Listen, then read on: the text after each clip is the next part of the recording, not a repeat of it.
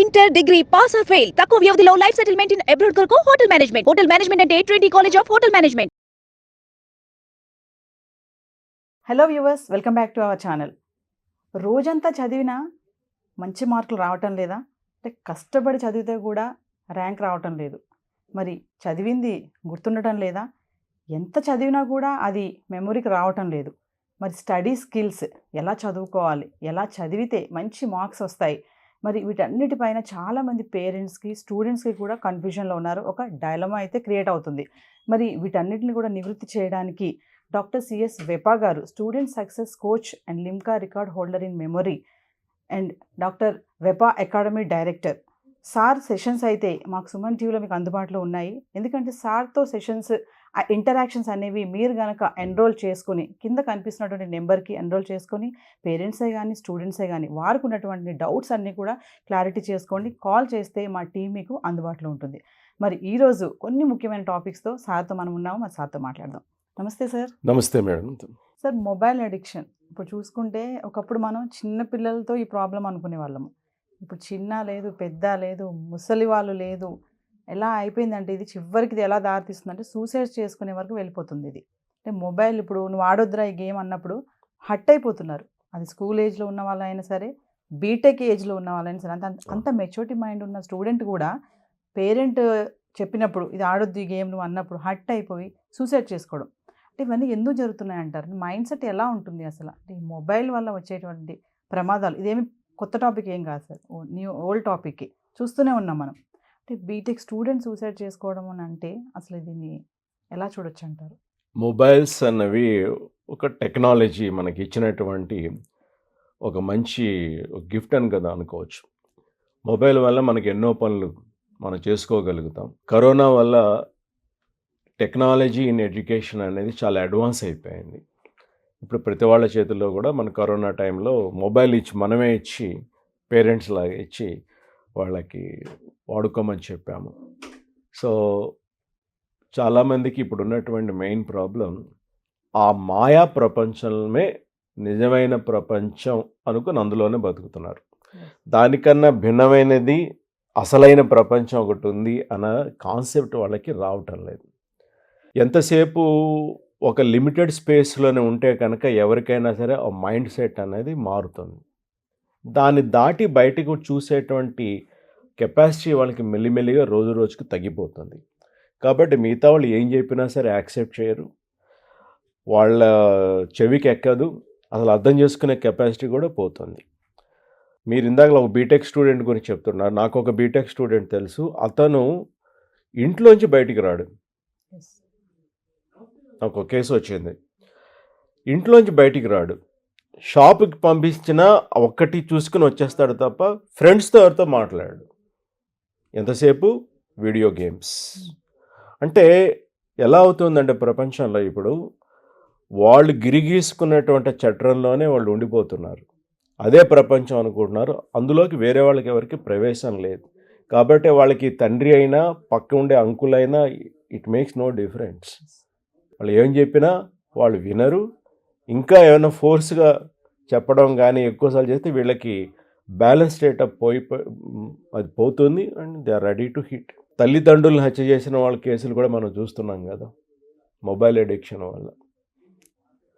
High end camera ఉన్నటువంటి mobile కొనలేదని చెప్పి పేరెంట్ మీద అలిగిన వాళ్ళు, కోపం తెచ్చుకున్న వాళ్ళు, ఇంట్లోంచి వెళ్ళిపోయిన వాళ్ళు, లేదా తండ్రిని చంపేసిన వాళ్ళు కూడా మనం చూస్తున్నాం. ఇలాంటివి మనం ఇంకా చూడబోతున్నాం, ఇంకా ఎక్కువ చూడబోతున్నాం. ఎందుకంటే వాళ్ళకి పుష్ చేసాం మనం అందులోకి, కానీ అందులోంచి వాళ్ళు బయటకు తీసుకురావడం మనకి చేత కావటం లేదు. వాళ్ళకు రావాలనే వాళ్ళకు కూడా లేదు. మొబైల్ మాయ అంటే ఇంకా అంతే. మన మైండ్కి ఏంటంటే ఇప్పుడు మీరు ఏదైనా ఒక యూట్యూబ్ చూస్తే ఒక పర్టికులర్ టాపిక్ని సెర్చ్ చేసి దానికి సంబంధించినటువంటి యూట్యూబ్స్ మనకి ఎక్కువ కనిపిస్తుంటే సజెషన్స్ అన్నీ అవే వస్తుంటాయి. అలాగే మనం ఏదైనా కొందాం అనుకుంటే అదొకటి చూసేస్తే మనం కొనలేదు, బట్ మనకి రిపీటెడ్గా మనం ఎక్కడికి వెళ్ళినా మన వెనకాతల తోకలాగా అవే వస్తూ ఉంటాయి. ఇలాగే మన బ్రెయిన్లో కూడా ఒక దాని గురించి ఎక్కువ ఆలోచించినప్పుడు దానికి సంబంధించినవే మనకి ఎక్కువగా ఆలోచనలు వస్తాయి. వీళ్ళు ఎప్పుడైతే ఆ మిథ్యా ప్రపంచంలో ఉంటున్నారో దాని గురించినవే ఎక్కువ ఉంటాయి తప్ప బయటికి అనేది రాలేకపోతారు. సో ఇప్పుడు బయటకు తీసుకురావడం ఎట్లా అని ఒక ప్రశ్న. రెండోది, రాబోయే జనరేషన్ మనం ఎలా కాపాడుకోవాలి. సో ఎప్పుడైతే అసలు జీవితం అంటే ఒక పెనోరమిక్ వ్యూ, జీవితం అంటే బాల్యము, యవ్వనము, ఇలాగ మనకు అన్ని స్టేజ్లు వృద్ధాప్యం వరకు ఎలా ఉంటుంది, సొసైటీలో డిఫరెంట్ సెక్షన్ ఆఫ్ పీపుల్ ఎలా ఉన్నారు, మనం ఎలా ఉన్నాము, ఇవన్నీ కూడా ఒక అవగాహన చిన్నప్పటి నుంచి ఆ సామాజిక స్పృహ అనేది కనుక అలవాటు చేయగలిగితే వాళ్ళకి లైఫ్ అనేది ఇంకా ఉంది అన్న ఒక కాన్సెప్ట్ మనం డ్రైవ్ చేయాలి. అది ఖచ్చితంగా జరిగినప్పుడే ఈ లిమిటేషన్ అనేది వస్తుంది. అవేమీ లేకుండా నువ్వు రోజుకి కొంచెం సేపే చూడు అన్నప్పుడు ఎందుకు చూడాలి, ఎందుకంటే ఎందుకు చూడాలి అన్న దాన్ని మించిన ఆలోచన అతనికి లేదు. ఇదే జీవితం అనుకుంటూ ఉంటాడు. ఎందుకంటే తన చుట్టూ ఉండే ఫ్రెండ్స్ కూడా అదే పని చేస్తున్నారు కాబట్టి దిస్ ఈజ్ ద రియాలిటీ అన్న ఒక అభిప్రాయంలో అదే మిథ్య. సో ఫిలసాఫికల్ మిథ్య కాదు, but that is what they have created, illusion they created. ఆ ఇల్యూషన్లోంచి బయటకు తీసుకురంటే మాత్రం సామాజిక స్పృహ అనేది ఒకటి మనకి హోప్ అనేది ఇస్తుంది. సర్వీస్ అంటే సామాజిక సేవా కార్యక్రమాలకి మన పిల్లల్ని చిన్నప్పటి నుంచి కనుక తీసుకెళ్ళగలిగితే వాళ్ళకి సమాజం అంటే ఏంటో తెలుస్తుంది. మనకి పేరెంట్స్ మనకు కొనివ్వలేదు అంటే అంతకన్నా పూర్ పీపుల్ ఉంటారు అని చూసినప్పుడు పేరెంట్ని అడిగారు. ఈ మధ్య ఒక దేశంలో స్కూల్ పిల్లలకి వాళ్ళ పేరెంట్స్ ఏమేమి పనులు చేస్తారు, చేసి డబ్బు సంపాదిస్తారు అన్నది ఒక వీడియో అనేది చూపించారు. ఒక పేరెంట్ ఏమో బస్తాలు మోస్తున్నాడు, ఒక పేరెంట్ ఏమో కూలీలాగా పనిచేస్తున్నాడు. అట్లా రకరకాలు చూసేసరికి పిల్లలందరికీ కూడా షాక్. అంటే మా నాన్న మా కోసం ఎంత కష్టపడుతున్నారా, ఒక అవేర్నెస్ అనేది స్కూల్ అనేది తీసుకురావడం జరిగింది. మనకి ఇలాంటి లేవు, మనం ఉన్నది కూడా దాచేసి గొప్ప చెప్పుకోవడం అనేది అలవాటు అవుతాం. సో ఇలాంటి మనం తగ్గించుకొని రియాలిటీకి దగ్గరగా మనం పిల్లలకి ఆ స్పృహ కనిపించేటట్టు చేస్తే ఈ మొబైల్ అడిక్షన్ కానీ ఏ అడిక్షన్ అయినా సరే వాళ్ళు బయటికి రావడానికి వీలు ఉంటుంది. బట్ అడిక్షన్ అనేది తొందరగా వస్తుంది, డీ అడిక్షన్ మాత్రం టైం తీసుకుంటుంది. ఓకే, ఎందుకంటే ఇది మైండ్కి సంబంధించింది. సో ఆ ప్రోగ్రామ్ని క్యాన్సిల్ చేసి మళ్ళీ కొత్త ప్రోగ్రామ్ రీప్రోగ్రామ్ చేయాలంటే మాత్రం టైం పడుతుంది. దానికి ఓపిక అనేది చాలా అవసరం.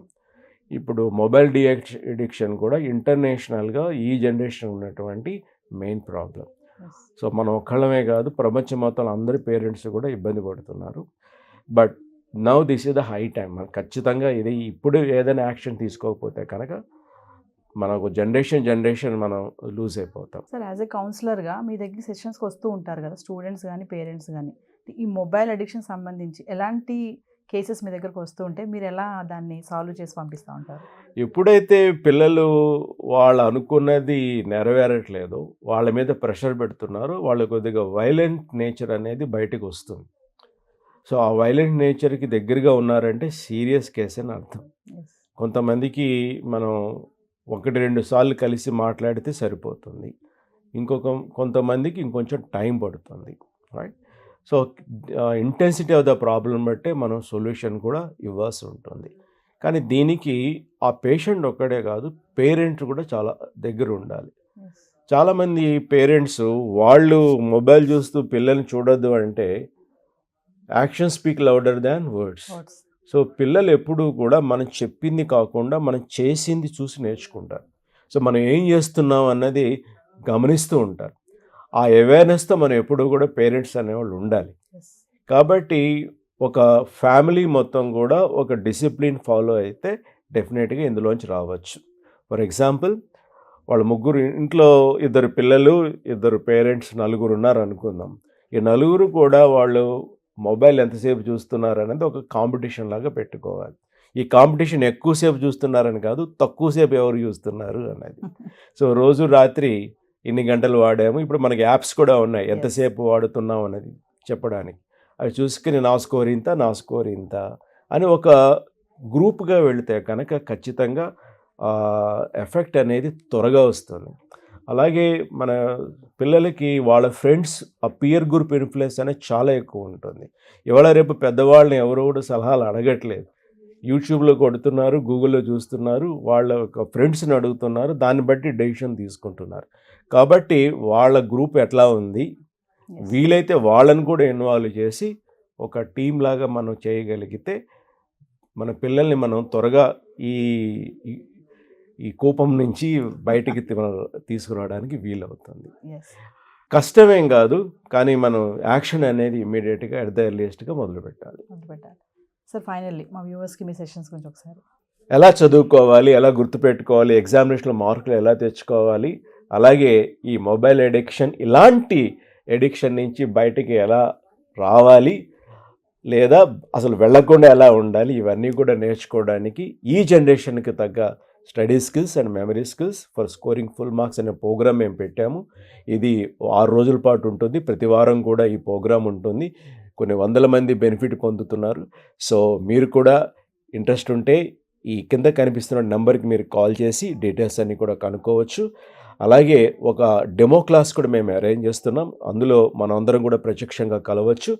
సో మీకున్నటువంటి ఈ వర్క్షాప్ సంబంధించిన అనేక ప్రశ్నలకు నేను సమాధానం చెప్పడానికి రెడీగా ఉన్నాను. I wish you all the best. So viewers, మరి వెపాగా చెప్పినట్టు ఫ్రీ డెమో క్లాస్ ఒకటి మేము కండక్ట్ చేయడం జరుగుతుంది. కింద కనిపిస్తున్న నెంబర్కి ఎన్రోల్ చేసుకోండి. మా టీం మీకు అందుబాటులో ఉంటుంది. మరొక ఎపిసోడ్తో మళ్ళీ కలుద్దాం. This is Naveena signing off. Thank you sir. Thank you. Suman టీవీలో మీ పర్సనల్ అండ్ బిజినెస్ ప్రమోషన్స్ కోసం కింది నెంబర్కి కాంటాక్ట్ చేయండి.